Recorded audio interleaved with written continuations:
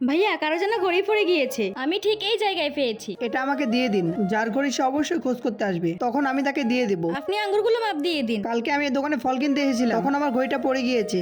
মাফ করবেন স্যার, কালকে আমার ডিউটি ছিল না। দয়া করে আপনি আমার বসের সাথে কথা বলুন। এই যে মিস্টার, আপনি কি আপনার ঘড়ি খুঁজছেন? হ্যাঁ, আপনি কি করে জানলেন? দেখুন তো এটা আপনার ঘড়ি নাকি। হ্যাঁ, এটা তো আমারই ঘড়ি। এই ঘড়িটা তো এখানকার একজন কর্মচারীকে আমি দিয়েছি। এই যে ম্যাডাম, আপনাদের এখানকার একজন চশমাওয়ালা লোকের কাছে একটি ঘড়ি দিয়েছিলাম। ও, সে তো আজকে ডিউটিতে আসে নাই। আমি আপনাকে ওনার সাথে কথা বলাচ্ছি। তারপর কি হয়েছিল সেটা দেখার আগে মাকে ভালোবাসলে লাইক দিয়ে সাবস্ক্রাইব করুন, আর আপনার সুন্দর নামটি অবশ্যই কমেন্ট করুন। হ্যালো রাহুল, কালকে কোনো মেয়ে তোমাকে ঘড়ি দিয়েছিল? কোন ঘড়ি? আমার তো মনে নেই। সাদা কালারে হীরার মতো দেখতে ঘড়িটি। না, আমাকে এরকম কোনো ঘড়ি দেয় নাই। সে একদম মিথ্যা কথা বলছে।